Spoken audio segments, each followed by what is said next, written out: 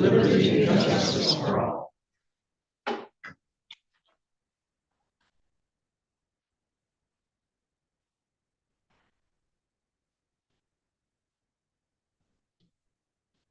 You.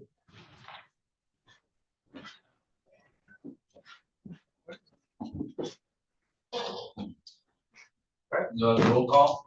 Commissioner Robbins, Here. Commissioner Walter, Here. Commissioner Bunnick, Present. Commissioner Wessel, Here. Commissioner Campbell, Here. Commissioner Aldier, Chairman Yoder. Here. All present. Thank you. Next up, we have approval of board minutes. Looks like we've got 4 different sets here. I'll have a chance to review those, so I'll take a motion. Mike? I move to approve budget work sessions from Tuesday, October 14th. Budget work sessions from Tuesday, October 21st. Budget work sessions from Monday, November 3rd. And the executive work sessions from Tuesday, November 12th, 2025. Supported discussion? Not, all in favor of the motion say aye. Aye. All opposed say nay. Motion carried 7-0. Next up, we got approval of the agenda. We do have one late addition, which you should all have at your table in front of you, which I'll add as 4D. Which is the Cole Stoker Toski waiver. And then it's also brought to my attention, I know we had a vote on this at the executive session that Commissioner Campbell brought forward, directing staff to go out and get information on our elected salaries and stuff, and it was a 7-0 vote. I wonder if we should have that on the consent agenda as well. Just, I know it's not on there right now, but. I thought that was supposed to be for next month. There was a vote on the executive meeting. There was 7-0. Right, but I thought that was to move it to next month's agenda. No, that vote, that, I could read it to you. I could pull it up. I wish it was here. I added it to my cheat sheet in case, in the event that you did want to add it. So it is to request staff. Yeah, it's just a request to staff to make, provide us information about elected salaries in other counties. And then either present that in December, hopefully, if it's ready, or January, and the whatever increases or changes would be on January 1st, along with the other folks. That was it. Just so that we didn't make information, or we didn't make a decision without the comparative salary study. Correct. I mean, that's exactly what I understood. So I don't know why we need it on this agenda. If it's going to be next month's, I would think it'd be good to put it on next month's executive. I see. believe our rules say if we have a vote that's 7-0, it goes to here to confirm the vote. I'm not sure why it would stay as a recommendation. Oh, okay. I mean, otherwise, it just, why we vote on it, it's not gonna make it official. Okay. I mean, it just, What's the consensus on the board? You want it on the consent agenda, or was it the understanding from this board to just move it to December? I can say from the administration's perspective, we took the 7-0 vote as a direction to be prepared to have this for discussion as a full motion at your next into December executive meeting. We took it as that, and it certainly is not a problem to have it confirmed today if that's Commissioner Campbell's.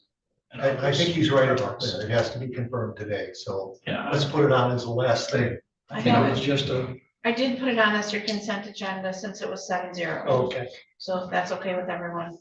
if it is, Just add it to the I did. consent. It's on your green cheat sheet. oh, not on the That's one that. that was, that I saw online. Correct, Oh, correct. Yep. So Lauren and I talked about how there was a motion. And so since it went 7-0, it's on the consent as the last item under Board of Commissioners, elected official and deputy Oh, I see compensation. it. That's number I 6. certainly appreciate that. Thank You're you. welcome. Way ahead of us. I tried. So with that understanding, that's the amendment on the agenda as well. So with that, those two amendments, unless there's any more, then I'll take a motion. Move to approve the agenda as amended. Second. Great, thank you. Moved and supported, discussion? Not, all in favor of the motion, say aye. Opposed, say nay. Motion carried 7-0. Next up, we have communications, an update from our administrator. I really don't have anything to update you on tonight, as I think you can imagine, most of our attention has been directed to the evening, the budget public hearing, and I'll have something to read into the record at that point, and see. Any questions for the administrator? Well, I just had one, and it's not about the administrators, just when we talk about the consent agenda, there, you shouldn't ask for a discussion. Shouldn't be discussion on the consent agenda.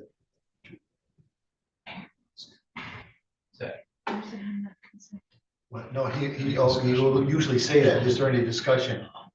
It's just. That was just to approve the agenda, not the consent agenda, though. I guess I looked at that a little different. I wouldn't do it when we were approving the consent agenda, but that was the agenda as a whole. That's why I did that. Okay. Any other questions? All right, if not, we'll move on to, we've got Yarrow Brown from Housing North here for presentation. Good evening. Thank you. Is this where you want me? Yes, please. Okay. I brought my water just in case. I think Lauren's in back prompting my slides. Right. Just got it going, it looks like. So thanks for having me. We have officially, I guess, been in Leelanau County for 3 years. So I'm here to kind of talk about what Housing North is, who we are, to remind you, and then also talk about what we've been doing and I guess what can still happen in Leelanau County. So next slide, please, Lauren. So most of you know we are a regional nonprofit. Leelanau County is one of the 10 counties.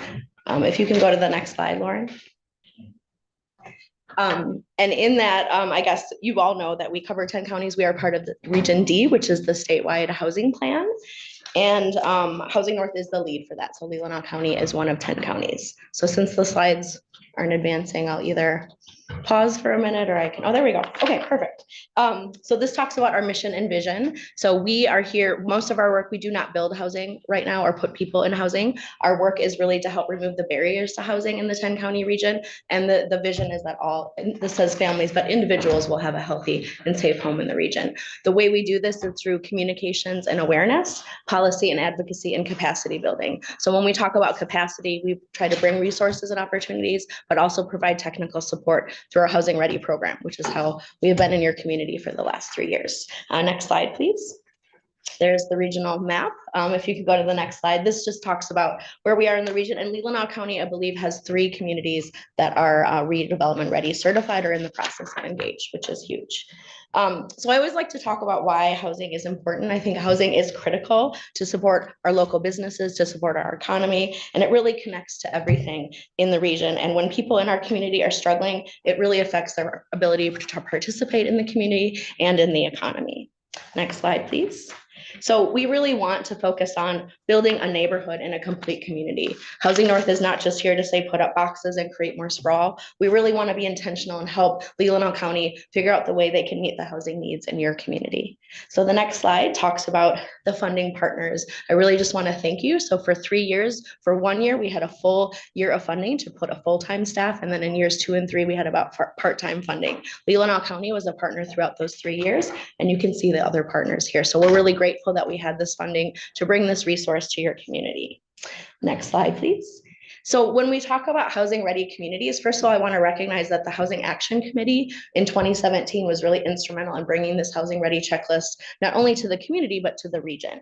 So when Housing North was formed in 2018, we adapted this housing ready checklist, took it to a regional level, and then tried to think about what are the 5 or core things we want a community to do to become housing ready. So you can see those listed there. And The reason I have so many slides too is so you can click on a lot of the resources and dive in deeper. But we hope that communities will use these resources and tools, and then they'll also use the numbers and the data to help inform those decisions, and then create some sort of housing action plan or strategy to drive forward those solutions, but then also look at policies and changes that can be made to actually create those opportunities and then attract those developers that could build that. So if you go to the next slide, I'm going to tell you how I feel Leelanau County is doing. I think you guys are engaged, but you're not quite what I would consider housing ready. I think you're doing a lot of things in a lot of communities, but there are still some barriers, which I'll talk about in a second. So the next slide talks about some of what is happening on the communities that are engaged. So at the county level, you have a lot of resources in place. You have a land bank, you have a brownfield, you have a county planning department, and then you've engaged with us for housing ready support, which is really key. We also have the villages that are engaged, and they're looking at different ways that they can create housing opportunities and making decisions there. And then the townships are also looking at ways they can support projects. So we have 3 townships recently that supported really key housing projects with the nonprofit developers in the region. So now we're going to talk about the numbers. If you go to the next slide. So in 2023, we had a study that was done. It's called a housing needs assessment. It's a guide. It lets us know what we think the need is for the region across over 5 years. And we try to reach that need. It's not something we have to do. We probably never fully reach that goal, but we want to get there. And so in Leelanau County, that number was 2,300 units. It looked at for sale and rental units. Of course, everybody in our region would ultimately like to be in a for sale, but really a lot of that need or what's tangible right now would be rental opportunities. If you go to the next slide, it breaks it down by income category. So when we had the study done, this was when the new housing tools came out and we wanted to look at where the need was across these different income categories. Across all 10 counties, the greatest need for sale housing is in the 80 to 120% of the area median income. And you can go online, look up these numbers. On average, when I'm talking about these, I'm talking about a household of 4. But most of the need for rental housing is in that lower income space or those making 50% of the area income or less. But I do want to recognize that there's a need across the spectrum for housing, but really there are a lot of people in our region that are just not making enough to meet those, what their wages are do not meet the cost of housing right now. So the next slide kind of illustrates this. This came out of the Bowen study. We adapted it for just Leelanau County. And it's a lot of data, but if you look on the far right, what it's saying is that all of those occupations, not one person, all of those are red X's. Not one person in those occupations can afford a place to live in Leelanau County, to purchase. And many of those red X's are in the rental category. So the next slide talks about where you are. In Leelanau County, you are making progress. So there are about almost 800 units that have either had building permits pulled or that are in progress. And when we look at these numbers, I will say it is really, really hard to find out where they are within that area median income space right now until we dive in later after those units have been rented. But what we can say is that of those units we're tracking, about 63% are below market rate or below 120%, but still about 37% are market rate. And of all of those units that we're looking at, the majority of them are still single family, but we're still making progress. So you're about 35% towards your housing goal. Next slide. And these are just a few examples of the projects that are included in that number. So you see Vineyard View Apartments with Homestretch, you see Peninsula Housing and some of the examples of the projects they're working on, and you see some examples of New Waves. So we are seeing some progress with our nonprofit developers and those that are really trying to meet the need below market rate. And the next slide talks about the tools. So these are some of the housing tools that we've seen the communities use. So we have at least 3 townships. Now Cleveland was considering a pilot. I've heard they're not necessarily right now, but we have 2 communities that are looking at the Attainable Housing District tool. And then we have a lot of communities who have been updating their master plans and trying to make small changes in their zoning ordinance for short-term rentals or small square footage units. So there is progress being made. Next slide, please. And then what have we done in 2025? I feel like we've done a lot, but really the biggest thing that I'm excited about is bringing the housing zoning atlas to Leelanau County. So we raised about $15,000 to have all of the zoning ordinances digitized and brought onto an online platform. We've also supported over 20 different developers that have called us, wanted to connect with communities and brought them to those communities or engaged with them. And then we've continued to facilitate workshops. We have this rental preservation program. We're still trying to deploy those funds. We have 2 or 3 people interested. And then we're tracking multifamily units and trying to catch those units that might be converted to a short-term rental or might go on the market so we can preserve those as year-round rentals. Next slide, please. And then this is just a slide on the total progress for the last 3 years. I wanted to highlight some of the things you could click on. We do have a communication plan template for Leelanau County, and we have a housing development toolkit. So any community can use these. And then most exciting is the housing action strategy, which I'll talk about in a minute, which has some key guides for all levels of unit of government to engage and then drive forward key housing solutions. Next slide, please. So these are the 5 top goals that were identified in the housing action strategy. I think you'll hear more about these in the next coming months or so, but Housing North can help in some of these areas, but really this is a way for everybody in the community to figure out how they can help. There's areas the county can lead, there's areas the townships can lead, and other organizations can lead as well. And you can click on that and it should take you right to the draft or to the plan. Next slide, please. So in that plan, this is also a chart, and anything underlined you can click on, and these are resources and tools that we've collected over the last 3 years, put into a Google Drive, and you should be able to access them and also email me if you have trouble or have any questions about those tools and resources. The next thing I wanted to highlight on the next slide is just that really what we're talking about is creating diverse housing types, and that is what is really going to create healthy communities and help Leelanau County thrive.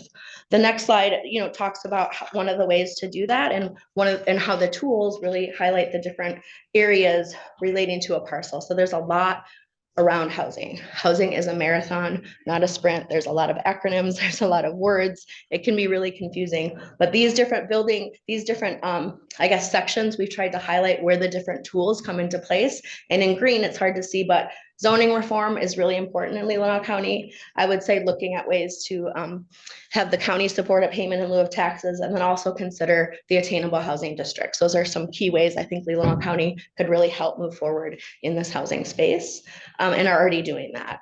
And the next slide kind of talks about those tools and resources, and each of those, again, you can click on and dive in deeper. But over the last year, we created these boards and presentations. So when we go into your communities, we can talk about these tools and try to help communities understand how they can dive in deeper to those tools.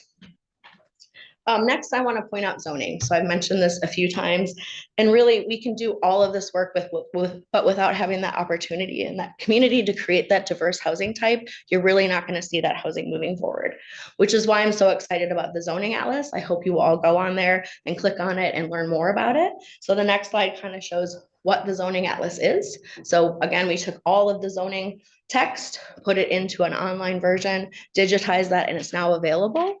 And it is a tool and a resource, but that's not it. So hopefully, and on the next slide, if you go there, you can see this project. We had a webinar where we talked about it. So you can go on that webinar or just learn how to use the atlas. But the hope is this isn't the end. We will use the data and results from this to do a bigger picture community planning project and actually identify where Leelanau County feels like housing could or should occur, and tie that to infrastructure areas of opportunity there. So I encourage you to go on there, watch the atlas, watch the webinar. We are having another webinar on December 9th where you can learn more about it. But really what I want to highlight today is that the areas, if you go to the next slide, where Leelanau County could really, if we compare this to the other areas, really what we see is that there's a lot of large one-family opportunities in Leelanau County, which reduces the opportunity to meet that housing need. And then also there's really limited opportunities for smaller square footage units. So this is just looking at the zoning and doing a snapshot. And you can go on there and compare this with any other village. There's about 7 counties in our region that should be completed right now. We have 3 to go. So before I close and open it up for questions, the next slide just talks about the resources. So we have a lot of resources over the last 3 years that MISHDA and other communities have developed. Sorry, I put in a double slide there. So you'll see 2 zoning atlas slides. But in this case, we have housing readiness grants, which the county or units of government are eligible to apply for, and that can help your communities become housing ready. That's mostly related to zoning and other projects. So I encourage you to learn about those. There is also the MISHDA My Neighborhood program, which is gap financing that really supports housing projects in your community. And then the Office of Rural Prosperity also has rural readiness grants. So those we have applied for those, so that doesn't need to be a unit of government. It can be a nonprofit as well, but those help communities navigate these tools and make changes to become more rural ready or housing ready. And I think the last few slides that I have here is just talking about ways to engage regionally. So we are part of, Leelanau County is part of this regional plan. We are your advocate and your voice down at the state and trying to lift up the needs of your county to the state level. So if you want to join the working group or stay engaged, you can email Tracy at housingnorth.org. But you can also go on there and see how your housing action strategy aligns with some of these statewide goals. And I think the last slide, her next to last slide, kind of talks about what's coming. So Housing North, we have this 3-year Housing Ready program. We're moving, we're still engaged in your community. We have about 4 communities we're working on fee-for-service contracts with. We're hoping to continue the zoning atlas outreach work, help communities know and understand that. And then we have applied for the 2% grant to drive forward the areas in that action strategy that we feel we could lead at Housing North. So I just want to thank you again for investing in us, for committing to housing, and for listening. And then I'm available to answer any questions. We do have a team on the last slide that you can reach out to any one of us, but we have a team of housing ready people that are here to answer questions as well. So thank you. A comment question. Yeah. Thank you for being here. The comment is, you've been doing a lot of work, Housing North has been doing a lot of work with your community partners in both Northport and Leelanau Township. And we're pleased with that, and we're pleased that the foundation for Leelanau Township is also listed as a supporter. But that said, you have 10 counties. Where do we stand relative to the progress that we're making compared to those other 10? And which county is the flagship county? I would say Emmett and Grand Traverse are leading. They also have the highest need. And I think they also, I would say, have all the mechanisms in place that have, supported housing solutions. So I would say those two. I think you're close, but I think there are a few things, the zoning, which I mentioned, I think infrastructure is a barrier. And I think there is still a lot of community opposition to projects. So that's a lot of what we face. Charlevoix County, for example, is our, I would say, most housing ready community, but still that projects are not going through and moving forward. So, there's always going to be, sometimes 2 steps forward, 1 step back, but I think you're on the path, but I do think Emmett and Grand Traverse are probably leading. Commissioner White? Yeah, you talked about, there's 274 units in progress and that 63% are below market rate. What do you mean by that? So when we talk about in our region, 120% of the area median income is about where we say market rate. So when we're really so anything that is renting below 100%, 120% of the area median income would be considered below market rate. And that's our reference right now. But really what that's saying is there are many families that are still priced out at that 120% of the area median income. So when we're tracking it, it's really tricky to say exactly where the units are until they've actually been placed in there. So until those building permits have been pulled in about 6 months to a year, we won't really have all that data. If that makes sense. Commissioner Elgar? How active are the township zoning members in actively learning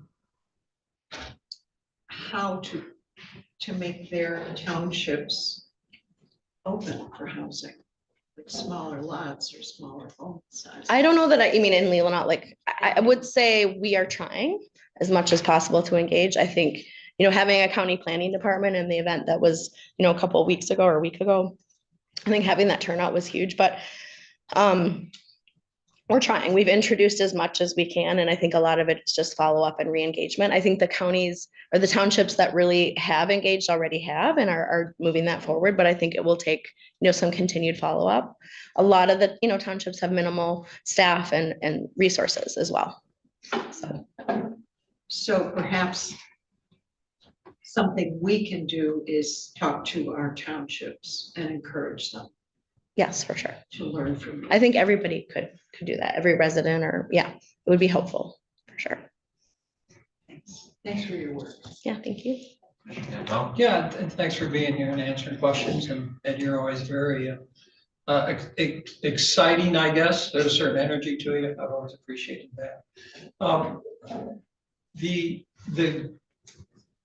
The goals and the numbers that you provided, I just don't know if it may be one of the reasons that you're running into some resistance.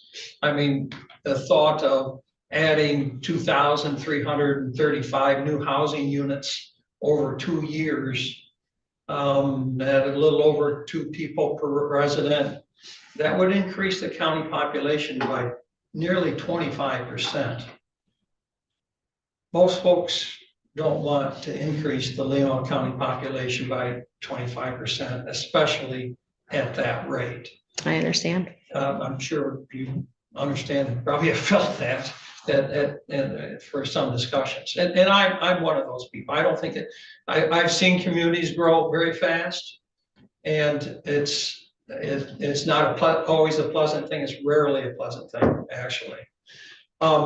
Has anyone from Leelanau County told you that with our 2 contracts with you, that you, and I say you, and I don't mean you personally, but Housing North failed to provide reports from those contracts as required in those contracts? We reported annually every year, and we also were in direct contact with the administrator, regularly, as well as the Housing Action Committee and the Planning Department.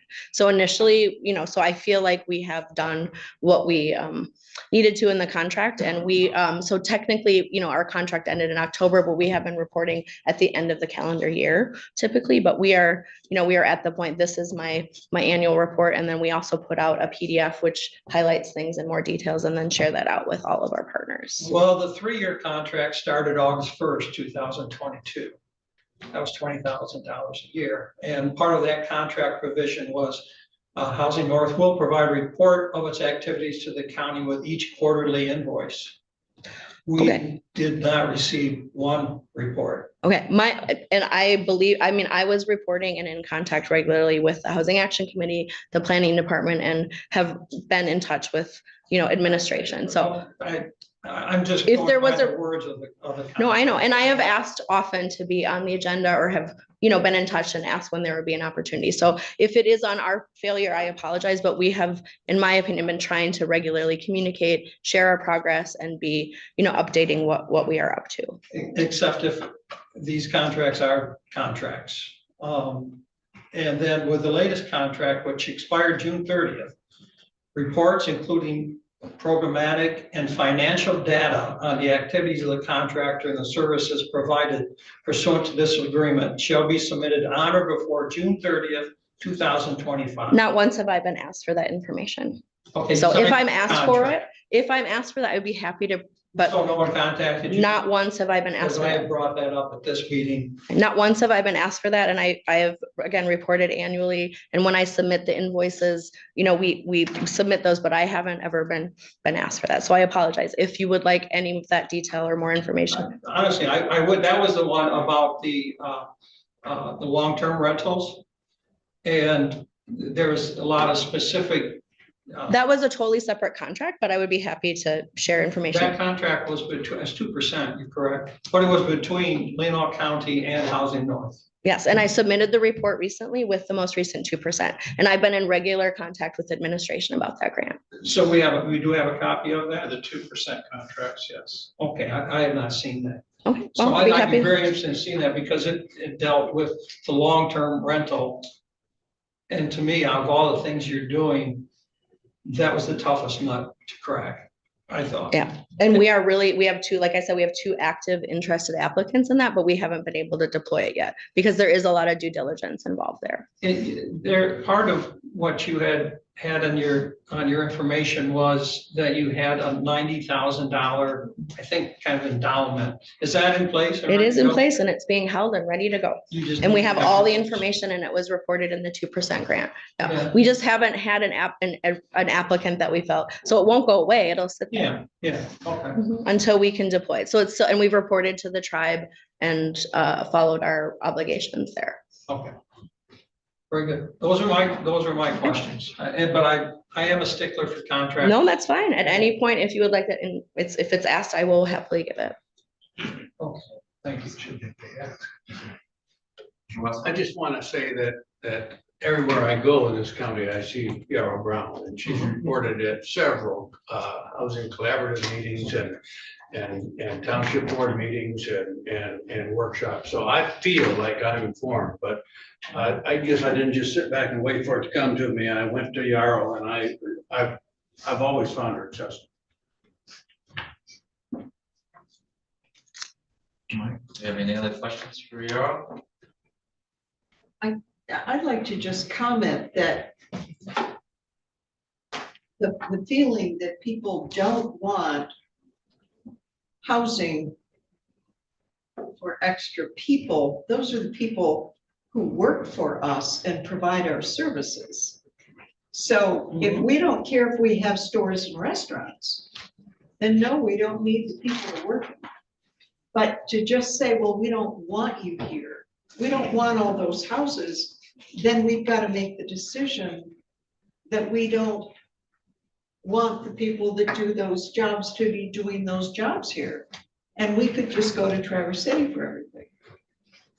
I mean, they can't, you know, if you're low income, And me, on the comment you made, that, okay. that we don't want that many people here, well, then in all good conscience, we have to then say, I don't care if I have services, I'll go to Traverse City for them.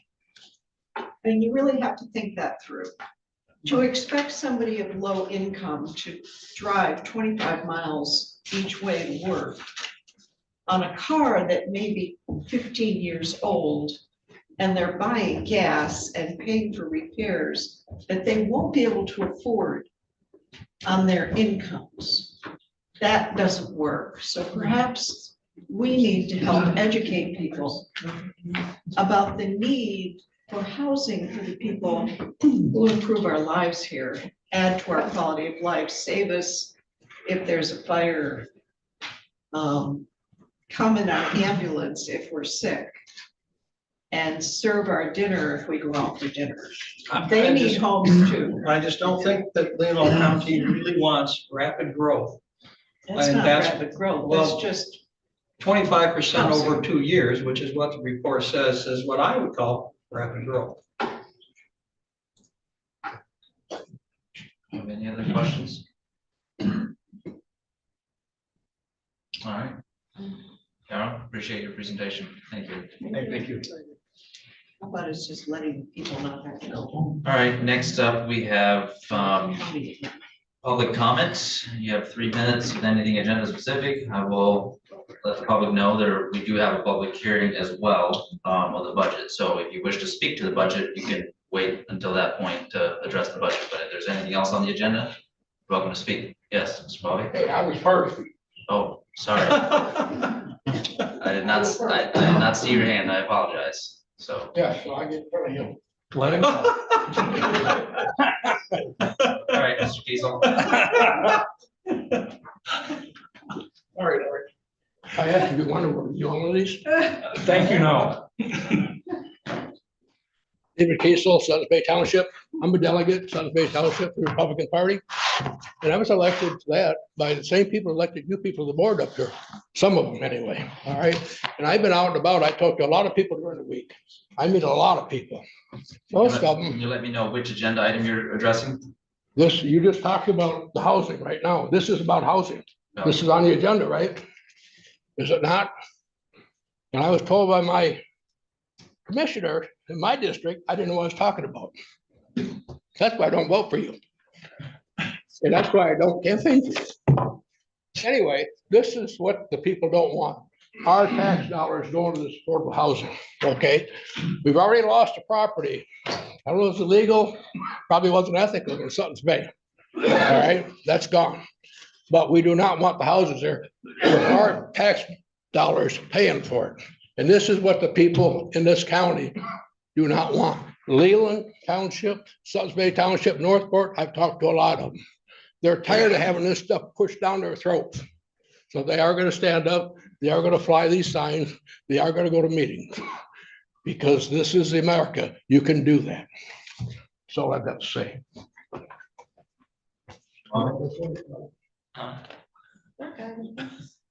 Smalley? Thank you, Larry Mobby, Sutton's Bay, representing Peninsula Housing, a community land trust working in the county.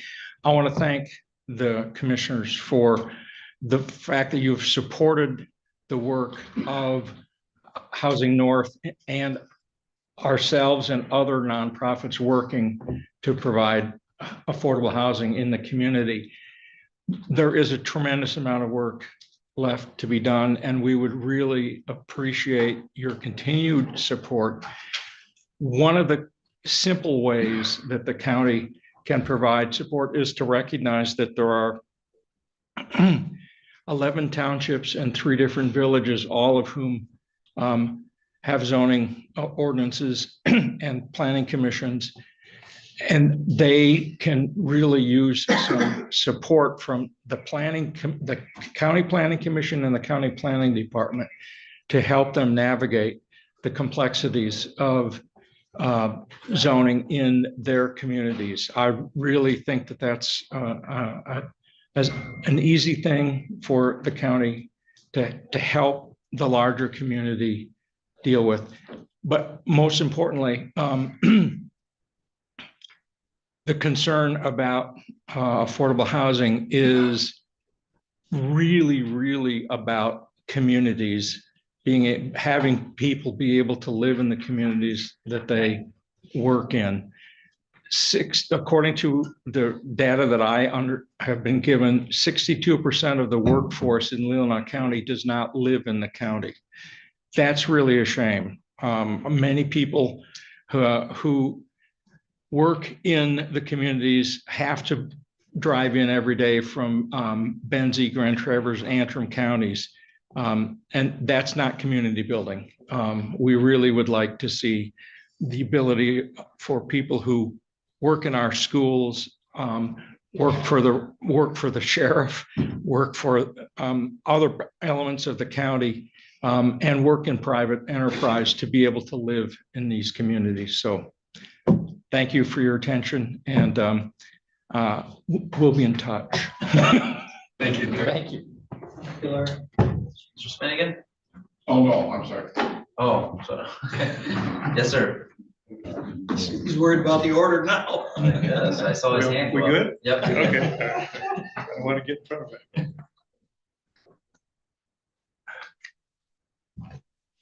Yeah, Frank Clements from Empire, way down in the corner of the county. You remember us? Okay. Sorry, I'm just kidding. I've been on the Housing Action Committee for 7 years, one of the founding members. Sharon Oriole and Lois here, founding members. Ty was there, Gwen was there. We worked with Yarrow all those years. We worked at Housing North all those years. Without them, we couldn't have done what we did, and we helped each other, I guess, to say. So it's been a really good relationship. You know, you want to talk about taxpayers. I think we got our money's worth plus more. Yarrow didn't talk about all the things she does downstate, but she goes down and lobbies. All those things that come back to us from her lobby in our county, like the HTIFs and the pilots and the attainable housing districts, are things that we can use. Didn't cost us anything to have that happen. So it's really value added in terms of what Yarrow does. Over in our little part of the county at Empire, we have a master plan. We're talking about diversified housing, attainable housing, affordable housing, all that. We need the county's help on that. The county is Brownfield Authority. They have the housing building department, you know, they have the health department. All those departments that you have and run really affect the housing. And actually you could do a lot more to make the housing go smoother and easier. But that's something I don't think it takes any tax dollars. It just takes maybe a little bit of rethinking how those things work. So I just want to again say how great it's been to work with Yarrow, and I think we're continuing as a housing collaborative, county housing collaborative, and we need her help. And I hope that the county can help support some of her involvement in it. Thank you. Thank you. Any other public comment? Yes.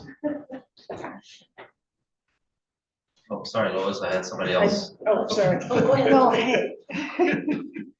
Well, not to be left out of my team members here, Lois Bailey from Village of Suttons Bay. Yes. So I'm on the Leelanau Peninsula Economic Foundation, and the foundation had done 2 studies on the constraints to doing business in Leelanau County, one in 2019 and one in 2024. And the top issues are childcare and housing, and they flipped one year, which is probably just a small number of people ticking that box. But trying to do business in Leelanau County without employees is very difficult, and as well as employees to handle the childcare. So those are our constraints, and those are the things we need to keep top of mind, solve the problem. Thank you. Okay, Sam. Thank you. Dana Getzinger. Good evening, commissioners.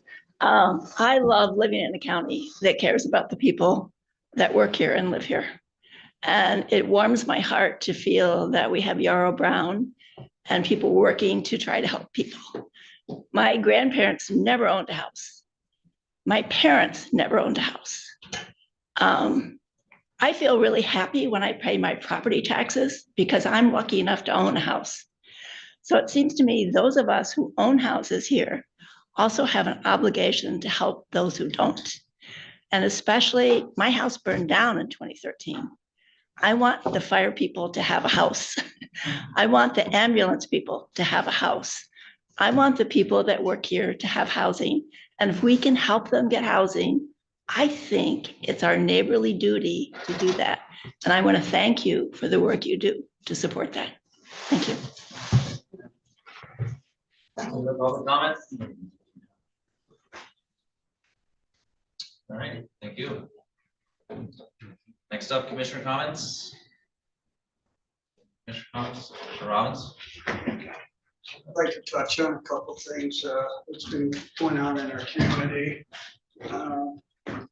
First one I want to touch on is our children, our kids, high school, elementary, middle school. They just finished up their sports season, so hats off to them. But then I want to go a step further and congratulate, even though it was a bitter ending there for the Glen Lake football team. You know, they lost a few seconds there. I watched it. So my hats off to them, but we can go another step. Glen Lake boys cross country team, they were runners up. Looks like maybe next year they could be state champs with the team they have coming back. But then we also have over in Leland, our boys soccer team are state champs. And I want to recognize them. And on top of it, their coach is an employee of ours in this building, Rob, at the extension office. So my hats off to him.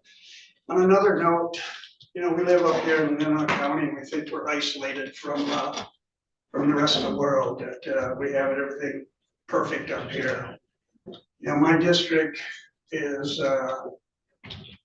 close to Traverse City.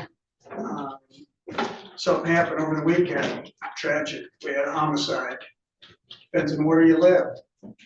If you live part of my district, it's about 2 miles from a homicide. Where I live, it's about 8 miles. So we kind of forget that. You know, we always talk about our sheriff department, but in my district, we also have Traverse City Police Department.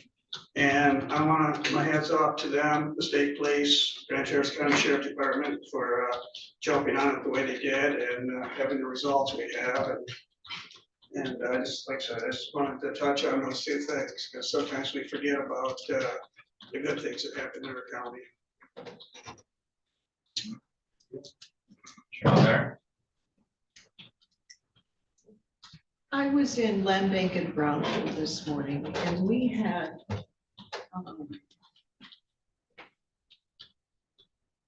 a gentleman come from G-Track, which is the school at the corner of Cherry Bend. I'm sorry, I gotta talk louder. We had a gentleman from G-Track, the school at the corner of Cherry Bend and 22, that was no longer being used as a school. So in 2014, the community came in and they expressed their gratefulness for the support of the board and the Land Bank and Brownfield Authority and EPA and Eagle. This gentleman for 14 years goes to the school from 5 in the morning till 7 every morning and cleans all the bathrooms for free, just because he's a good soul. The school is full, and the list of services, and they have 100 employees in there. They have theater and dance classes. They have vocal and music lessons. They have a table tennis club. They have US captains training for voting. They have Fresh Coast natural candies. They have speech therapy for kids, occupational therapy for kids, autism services for kids, dog and puppy training, mental health caregiving training. I mean, these guys do everything. There's art all through the building. CNA certified nurses training, EMT emergency medical technicians training, acupuncture, wildfire fitness, New Moon Yoga, Leelanau Peninsula Wine Trail, and a fitness gym. So that is people in the community coming together. The county helped where we could, a little bit, helping them get funding that was available for projects like that. And it is a true community center that we supported, but it's been built and supported by the people. And I was really proud that our community has supported that, and really impressed with what our citizens are providing. So I just thought I'd share that. Any other commissioner comments?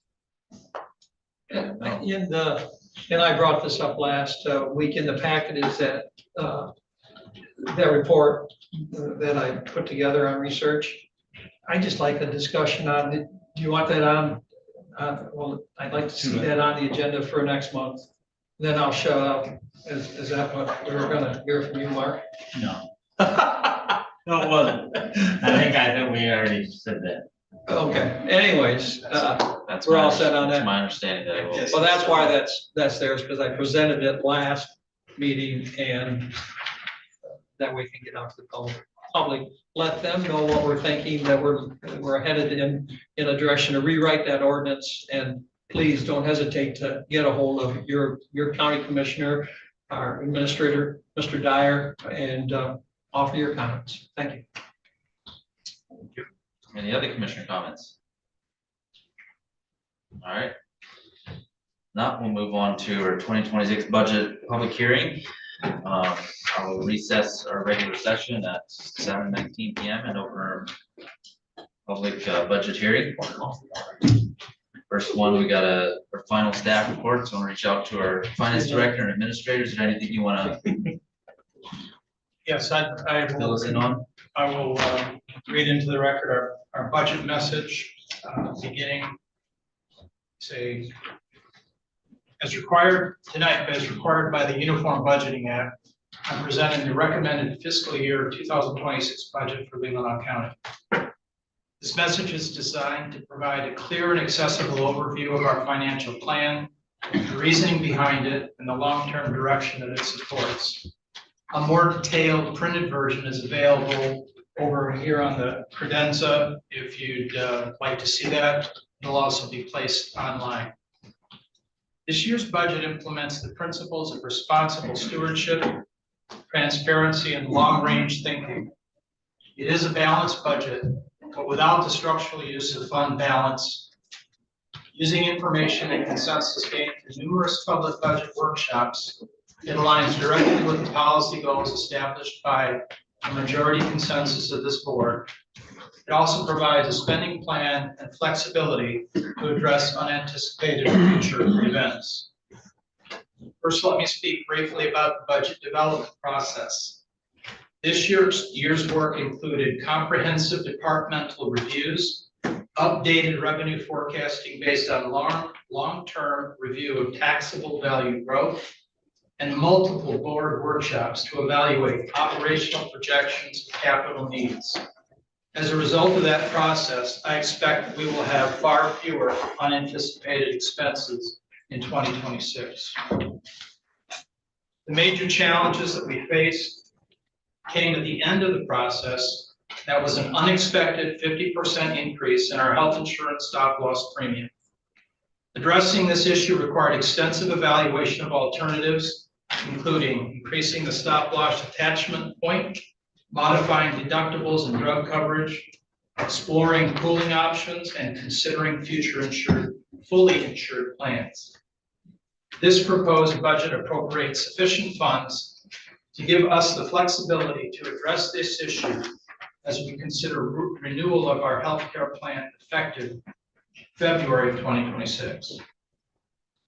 The budget we present today totals $18.39 million in both revenues and expenditures in the general fund.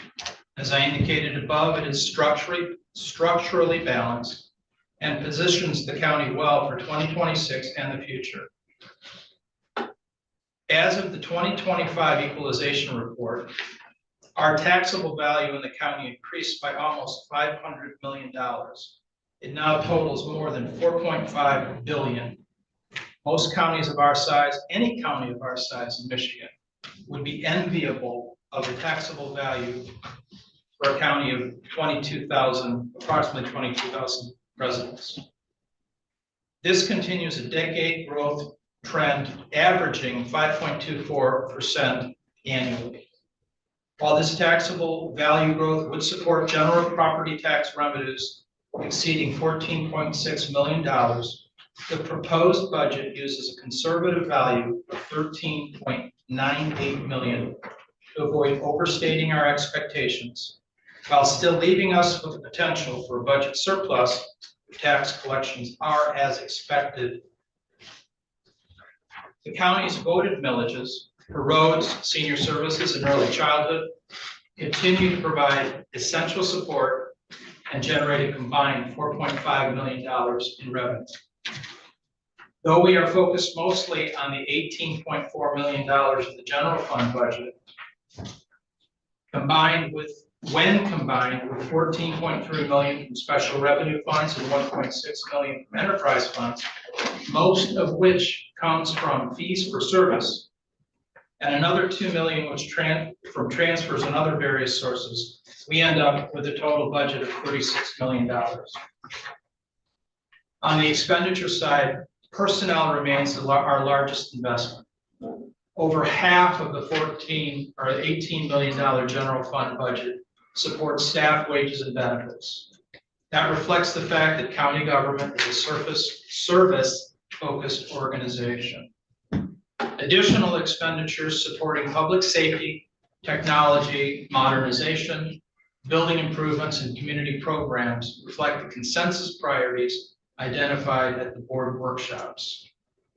Major general fund investments include upgrades to law enforcement equipment, replacement of the exterior cooling tower outside the building and the heat pumps inside, dispatch consoles, which we hope to be done this year, not next, expansion of IT capacity, continued preservation of plat maps, support for the senior produce program, engineering for county drains, wastewater planning, and flexibility regarding vehicle leasing or purchasing based upon market conditions. Our special revenue funds remain in strong condition. Senior Services continues to operate sustainably. The existing early childhood millage will support a new 200,000 child care voucher program, which has been extensively discussed and vetted by this board. The building safety and data processing departments both remain well-funded and aligned with service demands. Looking ahead, Leelanau County is in a strong financial position. Taxable value increases remain stable and are expected to continue in the future. Reserves and fund balances remain healthy. The county's final bond payment for the law enforcement center, I believe, will be made this year. Most labor agreements are settled, other than the last one that expires in December of this year. But we must continue preparing for cost pressures, including inflation, workforce challenges, facility needs, and a $1 million radio system replacement, and growing technological demands, including artificial intelligence, which we discussed in last board meeting. In closing, this budget reflects responsible planning, strong financial condition, and thoughtful investment in the priorities that matter most to our employees and to our residents. It increases transparency, strengthens long-term planning, and positions Leelanau County to continue providing high-quality public services. I want to thank the board, elected officials, department heads, and especially Finance Director Kathleen Hartsfeld, who was very helpful in this process, particularly as we approach the problem addressed by the need to increase the amount budgeted for health insurance. Her and I worked very closely on that over the last month. I recommend the fiscal year 2026 budget for adoption. And like I said at last meeting, the 2027 budget process starts tomorrow. Thank you very much. Thank you. Anything you want to add, Kath? You're good? All right. With that, we'll move to public comment on the public hearing section side of the public hearing. Does anybody wish to offer comment on the budget? Mr. Mikowski?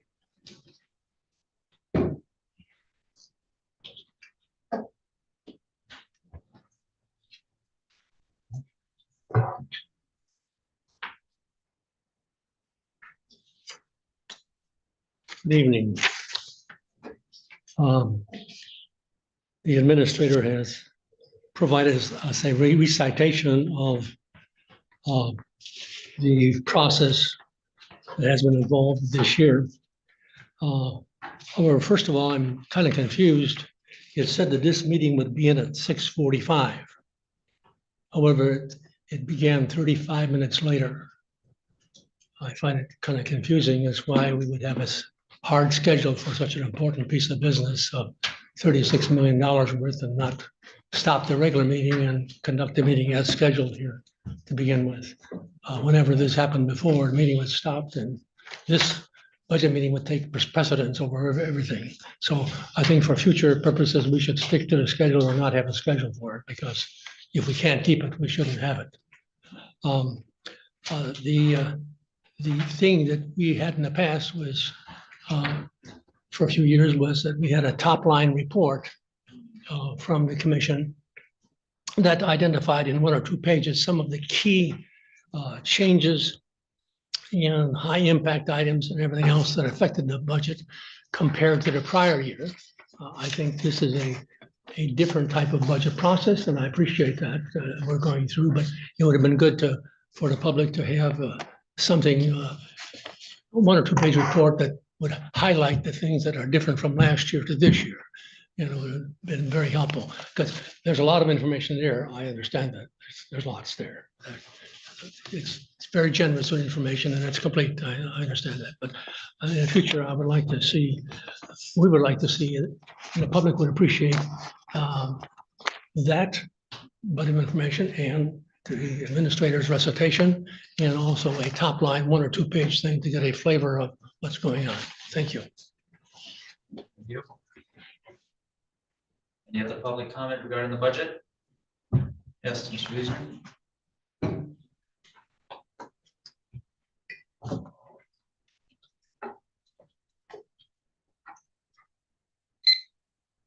My budget content, I didn't think of it until just now, but elections is budget. Is that legit this time?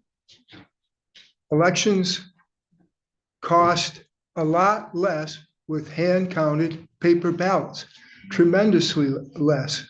And just in South Dakota, this last weekend, there was a training for people to do hand counted paper ballots. And they trained 75 trainers of the people that can simply do hand counted paper ballots. And here's one of the advantages. It's not only money. Mr. Weezer, we're talking about the budget that's on this table here, not about what's going on in other states. So if you have comments on the budget that we're addressing tonight, then that's what we'll welcome. Well, the budget tonight, does it have any of the money going to elections? If it does, this applies. Do you have comments regarding that? Yes, the money that's going to the elections would be a lot less if it were hand counted paper ballots. And you'd have a whole lot of people having a good time counting them too. So that the money value is improved by the well-being of the people in the county having a good time rather than 60% being concerned that there's fraud in the elections. So the elections would be a lot cheaper. The county would be much better off. And then we wouldn't have to be concerned about the fraud constantly. And think about all the money, all right? And it affects everybody's. All these people that are here, a lot of them are here because of the elections. You think maybe they could be making some money themselves right now? It's costing people, the public, money to be thinking and working on this constantly. This is the topic. 60% think that fraud determined the 2020 election. So I urge you to go to hand counted paper ballots. We can do that. I can sit across from Ty and we can count the ballots and we can have a camera over the top. And it's less money and it's a whole lot less stress. And if you shake your head no, you're just wrong because it costs a lot less. This county would save money. Please shift for so many reasons. We don't trust these machines, and we shouldn't. Thank you for your consideration. Thank you. Anybody else have any comments on our budget tonight? All right. With that, I'll close the public hearing and resume our regular session, 7:33 p.m. Next up, we have our consent agenda. I'll just read a quick statement here. The purpose of the consent agenda is to expedite business by grouping non-controversial items together to be dealt with by one motion without discussion. Any commissioner may ask that any item on the consent agenda be removed and placed elsewhere on the agenda for full discussion. Such requests will automatically be respected and will not need a second. Not, I'll take a motion. I move to accept the consent agenda as presented.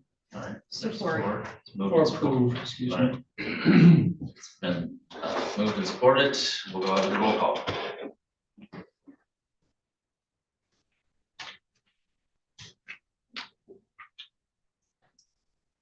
Commissioner Campbell, Yes. Commissioner Robbins, Yes. Commissioner Walter, Yes. Commissioner Wessel, Yes. Chairman Yoder, Yes. Commissioner Alguier, Yes. Commissioner Bunnick, Yes. 7-0. Thank you. Next up, we're to action item number 1, which is finance, mileage and per diem expense payment request. Motion. Mr. Wessel? I move that the Leelanau County Board of Commissioners waive budget rule 12 and authorize the finance department to make payment for the mileage and per diem expenses as outlined above to Commissioner Robbins for the months of April, June 2025. in the total amount of $1,136.86. Support. Moved and supported, discussion? Mr. Wessel? Oh, sorry. It's your name. Good thing it wasn't an auction. All right, all in favor of that motion, say aye. Aye. Opposed, say nay. All those that abstain. One. Got it. Carries. Next up, we got action item number 2, which is conservation district. You have a motion on that?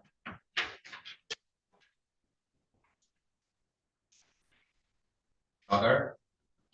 I move that the Leelanau County Board of Commissioners adopt the fee schedule proposed by the Leelanau Conservation District in the attached program report as presented. Moved and supported, discussion? I Bill? I mentioned my reasons that I opposed this last time. I think that it's supposed to bring in $300,000 in revenue, and I think the most that was taken in was like $122,000 in revenue prior to this. And we talked about obstacles to new housing, and well, I'm sorry, but those soil conservation permits cost a bit of money. And I'd also, it was presented last week, and I haven't verified this by actually looking up, but I thought I remembered it, a fee increase approved like 2 years ago by the Conservation District. I went down and talked after the meeting, and I'm fairly certain there was an increase a couple of years ago. It was slight. It was nothing like this. I'm not trying to mispaint what happened. Anyways. Mr. Bunny? Yes, after Commissioner Campbell talked about that, I talked with Amber at the Building and Safety, because that was one of the ways that was mentioned. And she's not ready to consider it. She said she has to do a lot of research before she would even consider it for the building department to do it, because For the septics, I just trying to clarify, or the whole thing. yeah, Okay. to replace the soil conservation doing these kinds of inspections for Eagle. So I know Grand Traverse, they stated that Grand Traverse does this through their building and safety department. So I told her I will try to do some research with them and talk with her. And so I agree with him that this is a tremendous increase. It's more than double the fees. And Commissioner Wessel had said that this is not helping affordable housing in Leelanau County. So I would oppose it as well. Any other discussion? I will support it because I believe he said it's been many, many years before they had an increase commensurate with the increase to the cost. And they said this is what it costs to run the department. I don't have reason to. I do believe people should be able to run their department and pay for it. And I wonder who kicks in the extra money. Is it us? If they're not collecting enough in their fees. So I guess I trust that they know how to count their expenses. And that they're being honest about needing to pay them. All right, Mr. Wessel? Well, I did share a concern about the impact on attainable housing, and I still have that concern. I'm going to support this tonight because I don't know what the alternative is, but I would urge us to look at all of our fees over the next year and see if we might bring some of them down. Any other discussion? I guess I brought this question up last week regarding this, and I guess just for the record, from my understanding, they're not proposing to increase fees for new construction for a new house. That stays consistent. It's just the additions and all the rest. So I don't see how that's affecting incoming housing necessarily coming in, it's all the other projects, I guess, that I see that at least I saw, and I got confirmation on that for the record, so. With that, all in favor of that motion, say aye. Aye. All opposed, say nay. Nay. Pass 5-2. Jonathan Campbell. Yes. All right, next up, we're action item number 3, which is Parks and Rec. We got a vacancy appointment. We have a motion. Carol, I move that the Leelanau County Board of Commissioners appoint Kathy Dawkins to the Leelanau County Parks and Rec Commission for a partial term ending December 31st, 2025, and to a full 3-year term beginning January 1, 2026, expiring December 31, 2028. Second. supported, discussion? Commissioner Bunny? Yeah, I'm just wondering why we're having our committee of the whole on appointments, I think Thursday. So I don't understand why we have to rush this through when we're actually gonna look at the TAP appointments at that time. I mean, it just seems that we're repeating we're defeating what the purpose of the whole committee of the whole is when we do this at our regular meetings. Okay. Just for the record, our committee of the whole will be after executive in December, not this Thursday, just for correction. Regardless, whenever it's gonna be. The whole idea is not to have it at this meeting. Any other discussion? I think to answer my question, I thought it was a unanimous vote last week, but. No, there's No, one that's why it's opposed. not on consent. Any other discussion? Not, all in favor of that motion, say aye. Aye. All opposed, say nay. Nay. Carried 6-1. All right, next up, we are under action item number 4, which is administration, cooling tower RFP. I'll let our administrator, I guess, brief us on that, because that was pretty much just to move forward with this meeting. Yes, at the last meeting, we were not prepared to make a recommendation regarding the award of the RFP. As you recall, this is the cooling tower outside that provides cooled water to the heat pumps it's funny that heat pumps cool buildings, but that's what they do. And because of the differential in because the water is not coming in cool enough and staying within the temperature range of the pumps, that's what's causing the heat pumps to deteriorate and need to be replaced. So that's the reason for the replacement of the cooling tower. And all we're proposing here is the engineering to replace that, to make sure we have the correct device, the correct tower to do the work that needs to be done to create the cooling that needs to occur. We had four bidders. We're proposing Spicer Group for the reasons stated in the EDS submitted to you. All bidders were found to had submitted responsible bids. Spicer was the low bidder at $36,800. Some of the bids were as high as $500,000. That was largely because bidders may not have understood the scope of the project they were actually looking at. Thought that we needed to replace the entire cooling system within the building. Spicer had conducted an on-site review of the project, which gave them a superior understanding of the problem. We conducted internally a review of prior projects that were conducted by Spicer, and they received uniformly outstanding and favorable recommendations from the project managers they worked with. And as an added bonus, they're located in Traverse City. So for all the reasons stated, the administration recommends award of that contract as suggested in the EDS to Spicer. Mr. Wessel? I move that the County Board of Commissioners accept the bid from Spicer Group for engineering services for replacement of the courthouse cooling tower chiller system for an amount not to exceed $36,800. Authorize a transfer of $36,800 from Fund 516 to Fund 470, and authorize the board chair to sign the contract for these services subject to preparation and approval as performed by the county. Support. Supported, discussion? Campbell? Boy, I sure would appreciate a different form. No, I understand you guys spent a lot of work looking these over, but I have a hard time trying to figure out like what these other bids came in at from what we received. to be Yeah, honest. there were, I can explain a little bit of that. There were 5 items in the scope of the bid: engineering, design, consultation, creation of the construction plans and construction management. Most of the bidders indicated that they could only give a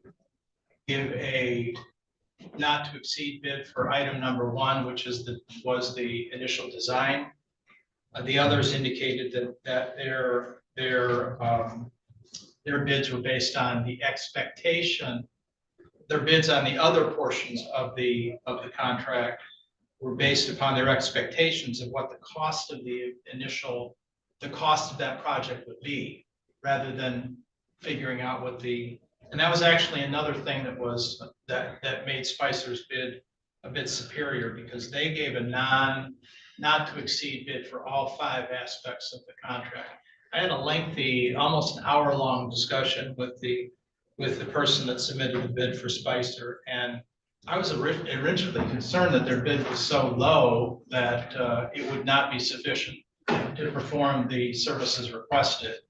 But he has assured me that, in fact, that they absolutely intend to provide these services at that cost, and they believe they understand the project based upon their visit to the site. They understand the project, and they'll be able to actually potentially even accelerate the design and construction process that we specified in the RFP. So I agree that it's a little hard to read the actual bid sheet, but I figured that was the thing that was most appropriate to provide to you, because it's the actual sheet that was used at the public opening. I'm just saying, if you had more room, you could have explained that. Matrix Consulting, their final bid was $95,000. Salas O'Brien, their final bid exceeded total well over $200,000. Spicer Group was $38,800. Fishbeck Carr was $539,600 in total. And they were clearly basing that bid on the cost of replacing the entire system. Am I correct? Is this, we talked about drawing from the DTR on this? And wasn't that going to be like, we were penciling in like 250,000? 500,000? That's for construction as well. Yeah, and so this takes care of everything that we were going to withdraw the $500,000 for. No, this is the engineering for that project.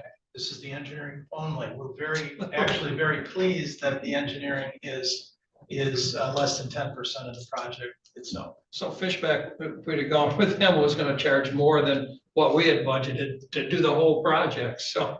Yes, and again, I don't want to negatively comment on their bid. I think it was simply a misunderstanding, because they did indicate they expected a capitalized cost of the project to exceed $5 million. So they were basing their bid on the assumption that there was going to be a $5 million project to replace everything in the building. So, and that's clearly not what we were asking for. Okay, thank you. I understand what I want. Yep. Any other discussion? All right, not. All those in favor of the motion say aye. Aye. All opposed say nay. Carried 7-0. All right, next up, we got our item number B, which is artificial intelligence policy. We have a motion. Money? I move that the Leelanau County Board of Commissioners adopt the artificial intelligence policy number 3-07 as presented. Second.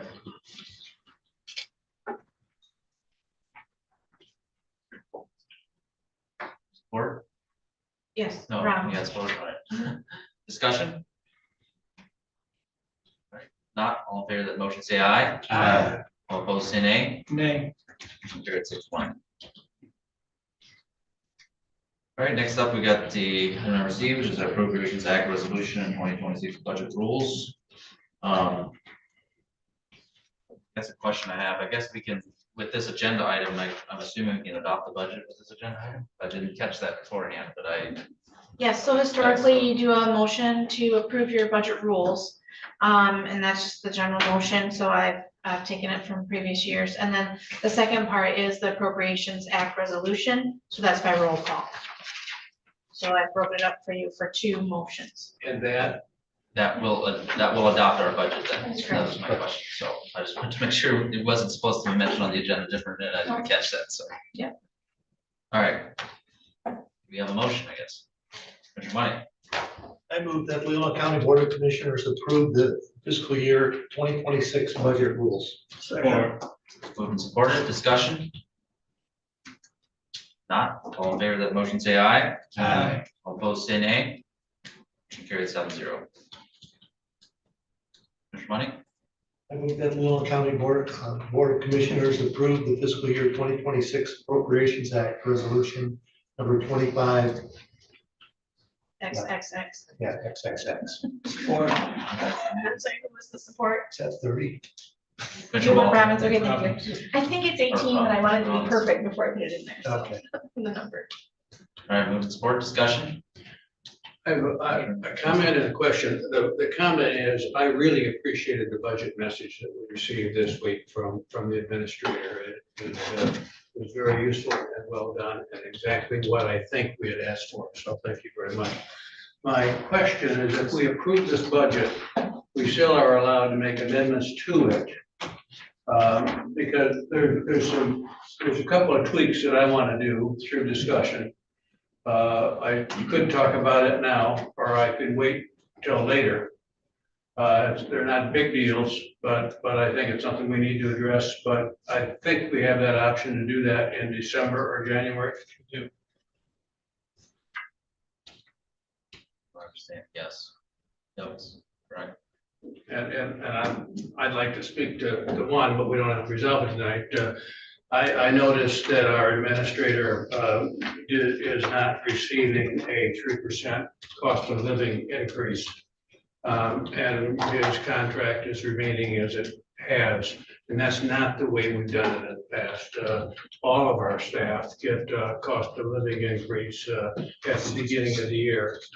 And I know former administrators got that, and I didn't see that built in, and I want to make sure that we have that discussion, but I don't know that that has to be done at this time. But it can be done at that time. I'd be prepared to make a motion to that effect.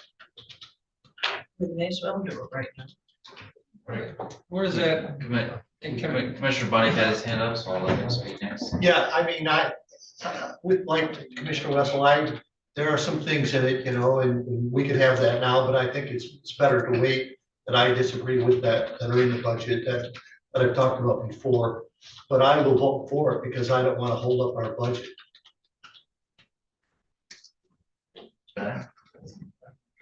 Any other? I think it would be preferable if you contact us after this meeting. We can discuss the amendments that are necessary and present them all at the same time. If that would be preferable, I think it's not the best thing to do that tonight. That's fine. Any other discussion? Mr. Campbell? Yeah, I agree that for that reason, that way we get all updated. I know it's designed to balance, and so it's not gonna balance if you just do that.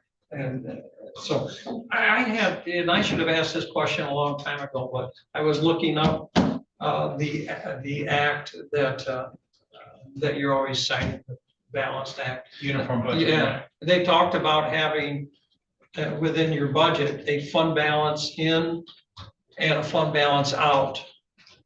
And I don't see that here, and it doesn't give me a feeling for what our fund balance is at this particular time. I don't think it has been in there in the past. I'm not sure what section of the Uniform Budgeting Act you're referring to, but the fund balance, the fund balance exists. Yeah. It's not something you need to adopt at the time of the budget. And our current fund balance in the general fund is approximately $7.9 million. Yeah. So that's a very healthy fund balance for a general fund of $18 million. It's almost 30, it's in excess of 30%. So that's a very good fund balance. My point was only, it might be helpful if that was just so if we had at least, some people, they're only gonna look at this and want to know how Leelanau County is. And the 7.9 is a little misleading, very misleading, because really what the numbers that count is it is really around July 30th before the tax bills go out. No, actually, fund balance exists right now. June 30th, I'm sorry, what I Fund said. balance exists right now, that there's 7.9 of, and what fund balance is the accumulated surpluses over the year, over a number of years. And we've accumulated $7.9 million in surplus. I know, what all I just said is that the fund balance today isn't the fund balance that really matters, because this has got to last us till our tax bills go up. Right. So what I just think would be helpful for the public if they had a feel or some type of information about it. One thing that I will indicate that we intend to do, and I built it into the revised Budget Rules and Appropriations Act that I presented, that you prefer to base it on last year's, and we'll address those as potential policy changes in the future.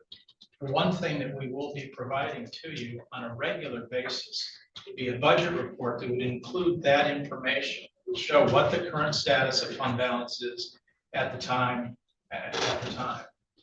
But again, I think what you're really talking about is budget status before the tax bills go out.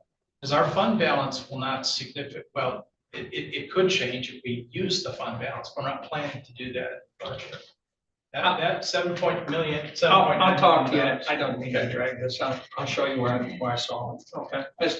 I'm holding yes that I didn't. Sure. Okay. All right, any other discussion? All right, if not, we'll go ahead with the roll call.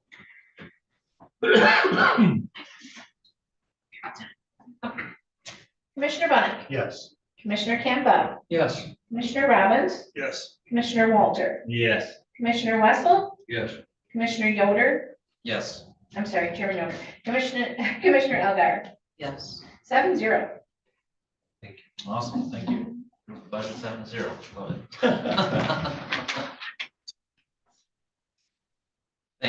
Yeah, thank you to our administrator and staff and everybody putting that together. I really appreciate it. So that our lead addition item, which is 4D, which is the Cole Stoker waiver. You want to address that, or? It's Seems similar to a simple. waiver you approved recently to prepare the RFPs. This is just to actually review the contract. There won't be a significant change in the language of the contract. I've already had a discussion with the administrator of Grand Traverse County. Major difference is they're doing the transportation of the bodies differently. They're using a third party to do that, and it requires a modification of a little bit of the language regarding how that occurs and how that person gets paid. And they're also trying to, there's an interesting twist in the way the statute regarding medical examiners works. And one of the reasons that Grand Traverse County has such a high number of autopsies is if you have somebody transported, an automobile accident that's transported to Munson Hospital, the ER becomes the responsibility of Grand Traverse County to do the autopsy and pay for it. And the statute requires that they pay for the autopsy. It does not require they pay for the transportation of the body to and from, and then back to the funeral home. So what they're proposing is they're actually going to start talking to the counties that send them medical examiner cases and ask them to start paying for those transportations, which will lower the cost, potentially benefit Leelanau County. Because we're the only county that actually has a contract with them to perform the autopsies and do all those other services. We have a motion? Mr. Money? I move that the Leelanau County Board of Commissioners waive any and all possible conflict of interest and permit Cole Stoker Toski to jointly represent Leelanau and Grand Traverse counties regarding the creation of a regional medical examiner's office for the counties of Grand Traverse and Leelanau, and authorize the board chair to sign the attached waiver as presented. Support. Board discussion? Alright, not all in favor of that motion, say aye. Aye. All opposed, say nay. Nay. Motion carried 6-1. Next up, we have review of financials.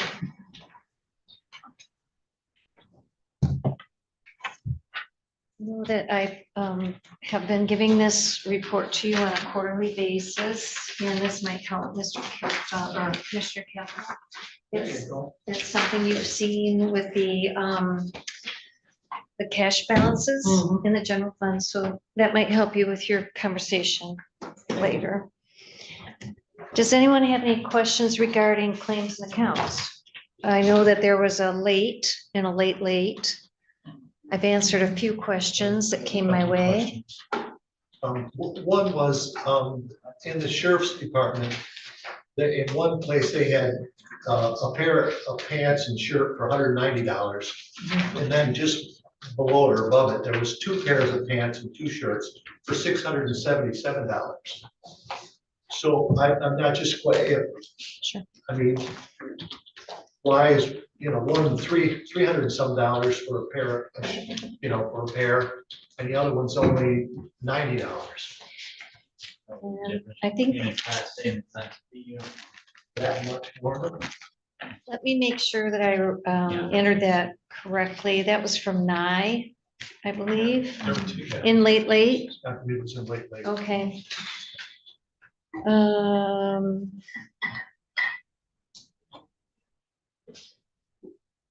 The 600 and some, did I say 2 pair of pants, 2 long sleeve shirts and 3 short sleeve shirts? So that would be 2, 4, 7 items for 600. I didn't see the short sleeve shirts as well. And I can check my data entry. I'm looking at the invoice itself.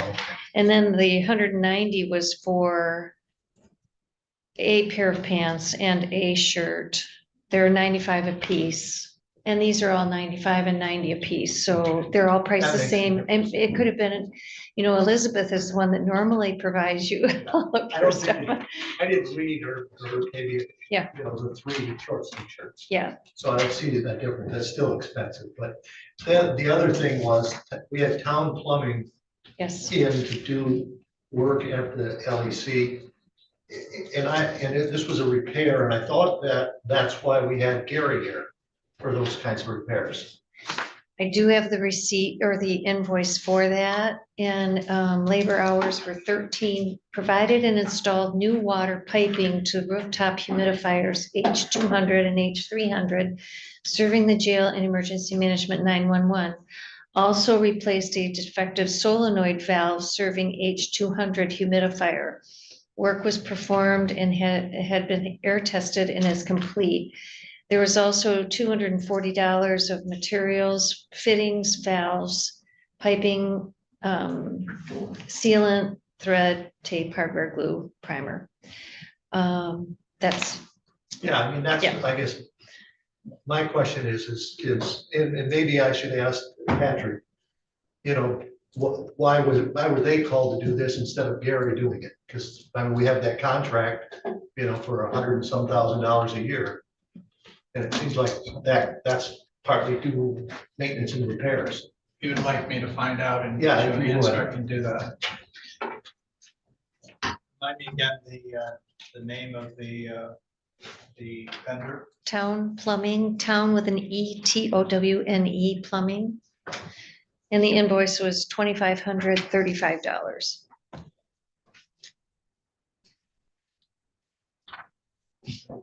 it's out of town or off or something, but I just wondered. Sure.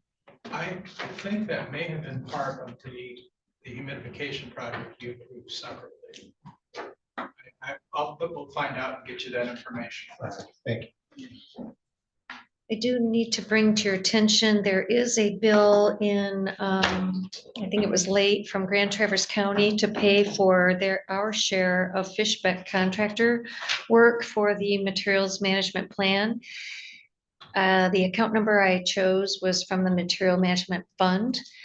We have a reimbursable grant and we need to pay that with our own money to get the check written, produce a paid receipt and a canceled check to get the money from Eagle. So we're going to change the account number. And I know Commissioner Campbell, you're concerned about that, but it is a reimbursable and I have zero cash in that fund. And we have to pay it to get it reimbursed and then we'll replenish the general fund. Okay. So I'll change that to Board of Commissioners Special Projects just to get it paid. And then we'll replenish the general fund when we get the reimbursement. Okay. And thank you for answering my question today that I reached out to you. Sure. Any questions? Okay. All right. Thank you. Thank you. Next up, we have special reports by staff, commissioners and affiliated agencies. Looks like we got some discussion on our RFP vendor. Right, that's the main thing that wanted to discuss.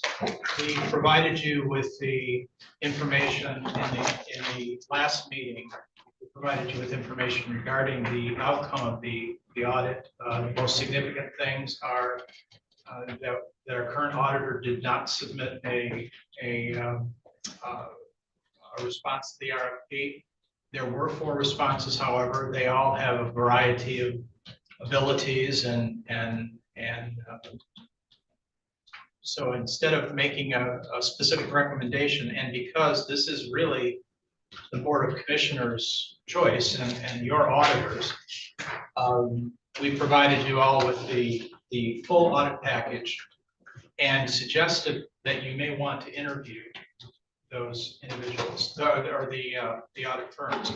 We've been trying to get, we'd like to get an interview before the Thanksgiving holiday if we could. We've tried to get an interview Thursday and it would require a special meeting. All of the auditors are available if we can get either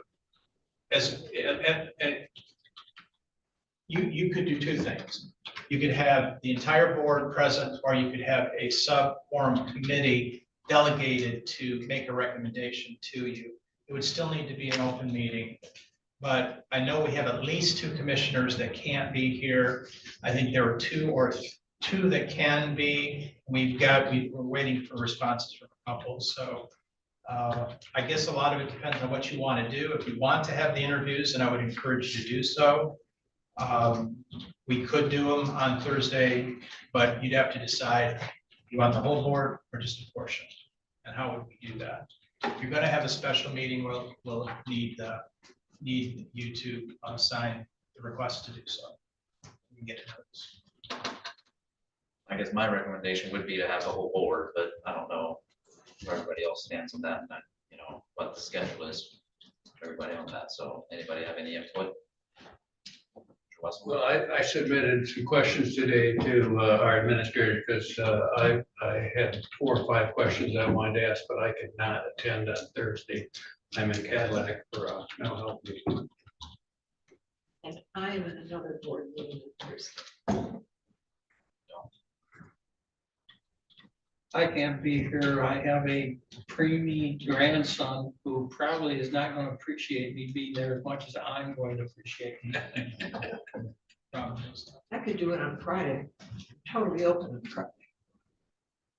So right now we have 3 that can't not be here. It's yours. Who's not here?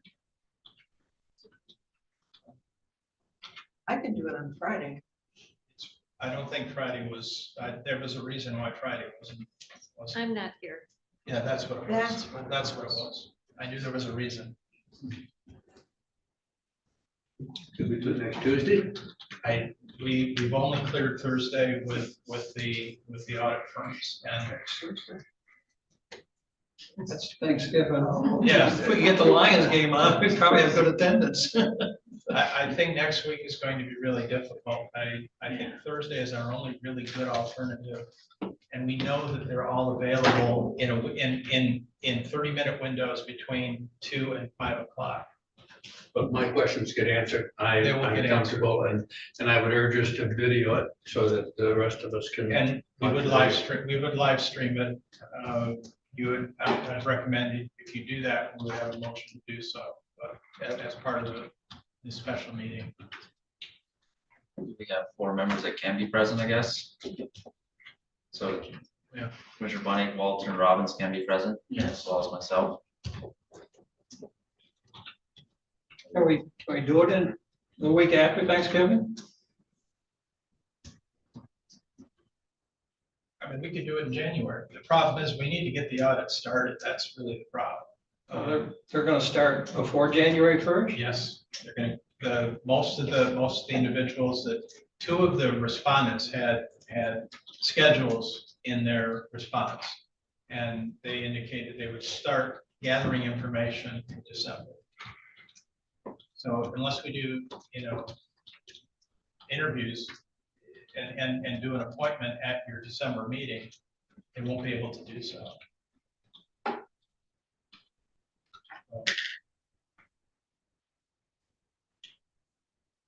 Well, then let's have a meeting on Thursday. We need a motion for that? What we actually need is 3 of you to sign this and we'll set up the special meeting. In a perfect world, we can always do whatever we want. Sometimes you gotta make choices. But yeah, I mean, with the time crunch like that, I feel like we should move forward, and if those that can't be present, submit some questions, and, we'll see if we can get some of those answered. We'll try to have it recorded, then you can go back and watch, and You may end up choosing 2 to be finally interviewed at your meeting, your executive meeting in December, and then make a decision at your full board meeting in December. That you could very well do that. So. But you are not voting on Thursday, you are. No, we would not necessarily have to vote. I would like to be a part of the voting, but I don't have to be there for the interviews, but I'd like to see how they respond to my questions and watch the video and then vote. so that we could finalize the vote in December. Their regular meeting. Okay, ready to do that? So go ahead and circulate that. We need 3 signatures to do the special meeting. And so.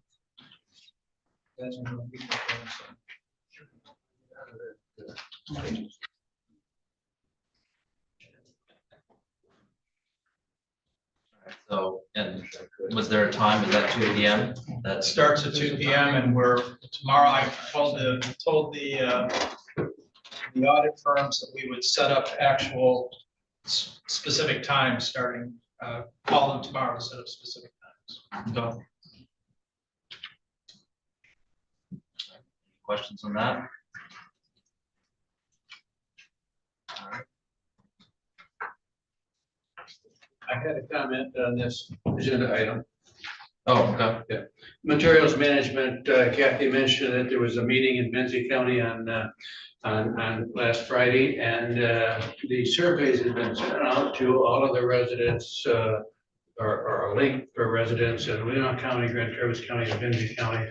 And it was reported that Leelanau County had way many more responses than either Grand Traverse County or Benzie. So I think that does suggest that there is interest in that whole issue. Any other reports, comments? All right, if not, we are on to our final public comment. You have 5 minutes to address the board. Mr. White.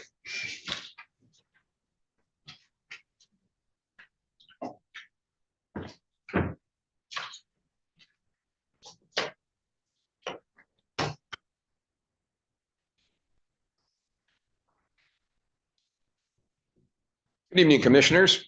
My name is Jim White, and I'm a resident of Suttons Bay and chairman of the Leelanau County Republican Party. I appreciate your time and attention.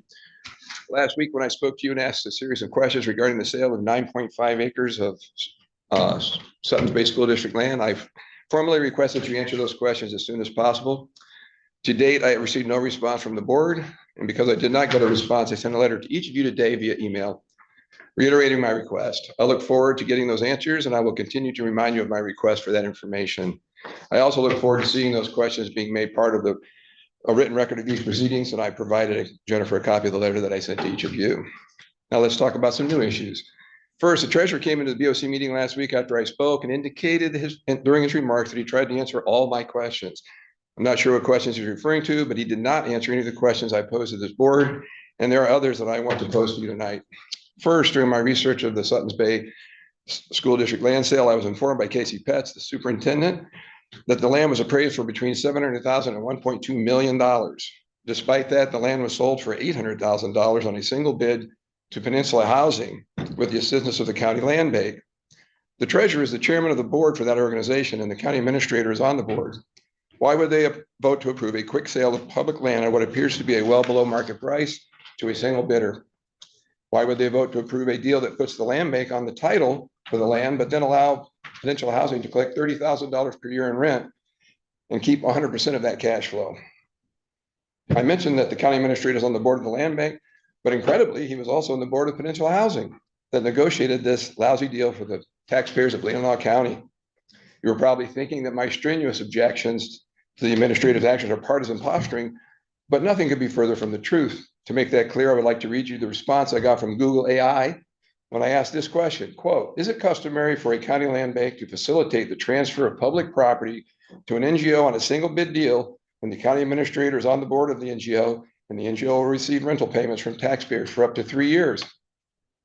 Quote from Google, while the specific arrangement you describe may be permissible depending on local regulations and the land bank specific policies, it raises significant ethical concerns regarding conflicts of interest and the appearance of impropriety. The specific circumstance you outlined introduced several major ethical red flags and deviations from customary transparency practices. A county administrator serving on the board of the NGO that directly benefits from a potentially non-competitive single bid creates a clear conflict of interest and an appearance of impropriety. Public officials are expected to perform their duties without favor and avoid outside interests that can impair their independence of judgment. This scenario could be viewed as an abuse of the administrator's office. Successful land banks go to great lengths to maintain public trust through complete transparency in their processes. A single bid process involving an insider raises questions about fairness and equal opportunity for other potential developers or nonprofits. The fact that the NGO will receive rental payments from county taxpayers for 3 years further entwines public funds with a transaction involving a county official, heightening the need for stringent oversight and an open bidding process to ensure the county is getting best value. While land banks have flexibility, general practices for selling public property often involve some sort of competitive process, such as soliciting bids from multiple qualified entities or maintaining a record if fewer than a certain number of bidders exist. Bypassing this process for an insider NGO is unusual and questionable. In summary, while state laws might not explicitly forbid this transaction if structured correctly within a land bank specific policy, the scenario described is not a standard or recommended practice due to the significant ethical issues and lack of transparency, unquote. So there you have it, Commissioner, straight from Google. This transaction shows me, let me say this again, quote, several major ethical red flags and deviations from customary transparency policies, unquote. One last issue, since both the treasurer and the superintendent told me that they pushed this deal through to support the county's policy of subsidizing, facilitating affordable housing, I'm asking this board now, quote, is it your policy to subsidize the development and construction of affordable housing units in this county? If so, where in the MCL is the authority for you to do that? How much taxpayer money are you planning to devote to this unauthorized project? I can say without reservation that the constituency I represent is vehemently opposed to taxpayer subsidized housings. And as I've mentioned before, the federal government is also opposed to getting involved with them as well, which is why driven by the fact they have a long track record of failure. And they are more than happy to give local governments just enough cash incentive to entice them into shafting themselves with these kind of projects. At this point, I will end my presentation with another request for my answers to my questions. and the questions that my constituents and yours want answered. Thank you for your time. Any other public comment? Kowski?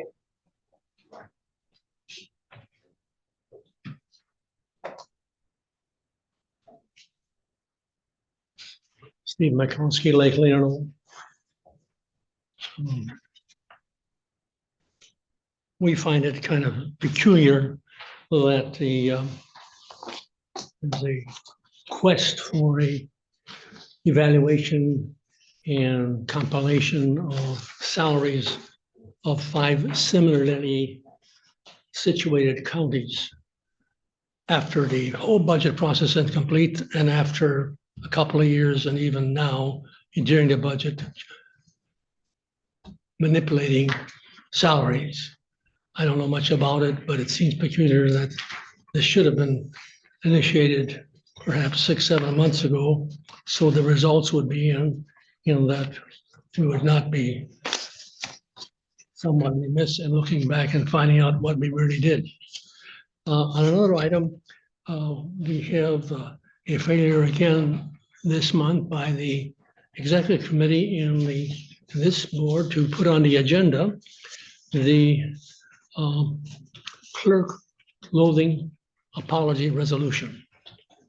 We're asking you again this apology is required and needed due to the May 11, 2021 Board of Commission clerk clothing motion decision. A bad decision without a plan, no discussion with a clerk, no need, necessity, justification, or benefit report. That decision removed all financial human resource responsibilities immediately from the clerk's office. It's harmed the clerk and financial staff, wasted nearly $1 million of taxpayers' money, and caused chaos among employees in this building. It is still ongoing.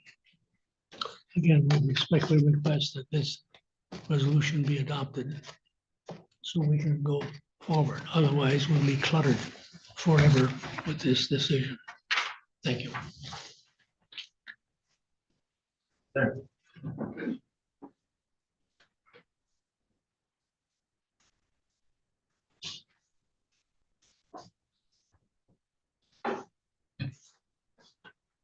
Good evening.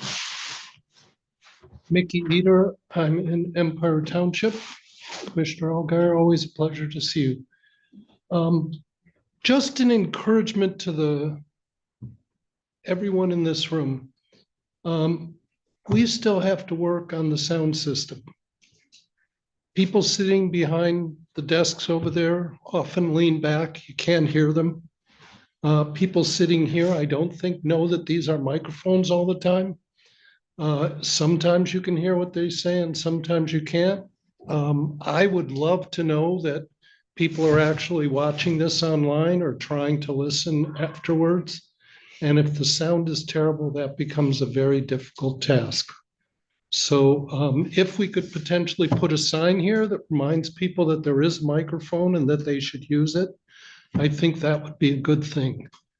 The other thing I want to just say is the holidays are coming up. And this was perhaps in the last year, the most civil meeting I have attended. And it makes me want to come back and learn more about what's happening in county government. So I thank you all for that experience.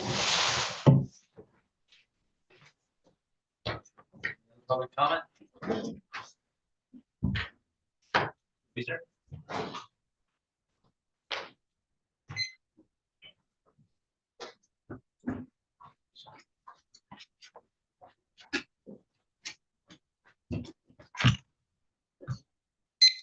Bill Wiesner, Elmwood Township. And as always, sadly, well, not sadly, but as it is right now, it's sort of sad. We don't have one person, one ballot, one vote, one day. And therefore, 60% of people thought that there was fraud determining the 2020 election. And those who say they disagree, please answer that. Tell these 60% of the people that I disagree with you. No, You have to go for the evidence and show how you disagree. And otherwise, you're not doing your job. I mean, I know you don't get paid a whole lot, but that should be the main thing, the elections. Safe and secure elections. We don't care about how convenient it is if it's not secure. Security is number one. And this is an article by the new owner. Well, it's by CNN. So think of that when you're listening to this. Scott Leyendecker. He's a new owner of Dominion voting machines. And this is 62 pages on the history of the voting machines in America, used in America, starting from 1997. And you can find it at stolenelectionsfacts.com. Elections and facts are both plural. Stolenelectionfacts.com. 62 pages. Each one has a hot one to give evidence for this stuff. Okay, so this guy, he says he's independent. You can find the article, CNN. It's entitled Exclusive Dominion Voting's New Owner Pledges Impartiality. Says, I'm not on anybody's side. And some of the things it says, since buying Dominion last month, Leyendecker has been all across the country and wants everybody to know he's not siding with the left or the right. He says, I'm absolutely, however, he says, I'm absolutely not an election denier. Hey, yeah, like those 60% that they're election deniers, right? No, it's pretty obvious if you look at the evidence. 62 pages here. Okay, and it goes on, and I need more time. I've got more highlighted here, but you can read that article, what CNN puts in it. He also mentions David Becker, an elections expert. He's now in Michigan with Jocelyn Benson, who advises officials from both parties, said the rebrand is incredibly clumsy and unnecessarily raises questions. But the sale doesn't change anything, according to him. But there's a whole lot about David Becker that shouldn't be trusted, that's for sure. Matt Crane is mentioned too. There's a whole lot as a support for it. Here's an article. This is a different website. It's entitled, it's from theprofessorsrecord.com, theprofessorsrecord.com. It's entitled Leviathan's Tentacles, Dominion's Voting Sacrifice. Meet the new tentacle replacing it, which is Liberty Vote. He mentions that this Leviathan is like a big octopus and all these arms of different voting systems and all the different ways for fraud. And if you cut off one arm, they reinvent themselves and grow it again and come back quickly with all the money. And he says how it's trying to take down Colonel Conrad Reynolds for doing exit polling, where Sarah Huckabee Sanders, she got nothing. She did worse than that. She's told who to vote for and everything. She wasn't fined or taken to court like this guy. So there's so much in this one article. I encourage you to listen to it, Leviathan's Tentacles. And here's one main point. Scott Leckendire was in a meeting, and it was called, I doubt, respond to the Leyendecker, was on the November 3rd, 2020 meeting, Eastern Standard Time. That's the election day, 2020, with CISA and Election Security Initiative call, 30-minute coordination with 200 plus stakeholders, including Dominion, Eric Coomer, ES&S, FBI, Amazon, NGOs like Democracy Works. They were all meeting 3:30 the day of the election. Please consider this stuff. And go to paper ballots, hand counted. We can have a good time. Thank you. Other public comment? Not. On to commissioner comments.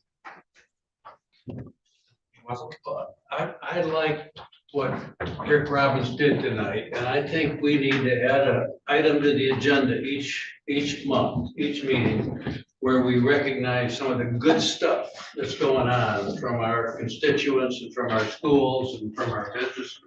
So I would urge us all to spend a little bit of time doing points of pride. Sometimes when we hear the public comment, we sometimes think that we don't have much going for us. The other thing I'd like to say to my constituent, Mr. White, is I'd be happy to meet with you in a meeting with the treasurer and get your questions answered. So I'll call you tomorrow. Mr. Robbins? I want to touch on one thing that is coming up in December that we talked about last week. It's on the salary for our elected officials here. Appreciate the administrator and HR for checking with these other counties here. But something that wasn't said last week was these 6 individuals, the elected, they live in our county. They have to by statutory. So they have to, find housing in our county. We need to look at that. When I look at this, one county's 118 miles from us. The closest county is Benzie, which 20 miles, 30 miles away. So what I would like to include, if not, I will do it myself. I think, we are on a peninsula. Grand Traverse was excluded. Why, I don't know, but. We can include it. Huh? We can include it. Okay, because that's where most of our workforce is coming from. And what I wanted to also add to it is, we as a board, I know some of us wasn't here last year, but that young man, white-haired man in that corner there, made a motion, I think about a year ago tonight, to give all of us commissioners a raise. And he used a comparable of Grand Traverse, no other county but Grand Traverse. And that raise that he gave us commissioners that are sitting here now was a 40% raise, and we're only talking 9% for these elected people.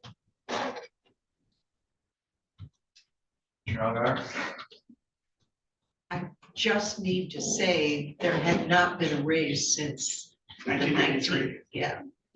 For When he was 2 years old. a good 25 years, so the 40% was actually less than what has happened to the rate of money. He was kind and conservative. Any other commissioner comments? All right, now I will add that I just want to, thank your administrator for the message you put together on the budget. I think it very well encompasses everything that we did in the budget, and I'm certainly proud of what we were able to accomplish here with the budget. I want to thank you for your hard work on that. And I know we'll do great with that. So I appreciate your hard work on that. And like there's one other thing I wanted to mention, but that slips my mind right now. So Have a nice Thanksgiving. Safe Thanksgiving. So with that, we'll move on to approval of financials. You'll do your budget amendment first. I put one on the dais for you this afternoon. It's just one budget amendment, recognizing some revenue. So I move that Leelanau County Board of Commissioners approve budget amendment 2025-014. Support. Moved and supported, discussion. All in favor of the motion, say aye. Aye. All opposed, say nay. Motion carries 7-0. That the Leelanau County Board of Commissioners approve claims and accounts in the amount of $460,031.67. Support. Support, discussion. Not all in favor of the motion, say aye. Aye. All opposed, say nay. Carries 7-0. Move that Leelanau County Board of Commissioners approve post audit claims and accounts in the amount of $16,677,467.97. Support. Support, discussion. Not all in favor of the motion, say aye. Aye. All opposed, say nay. Carries 7-0. Thank you. Kathy, with that, happy Thanksgiving, enjoy the holiday, and adjourn. your signatures. Yes. Thursday,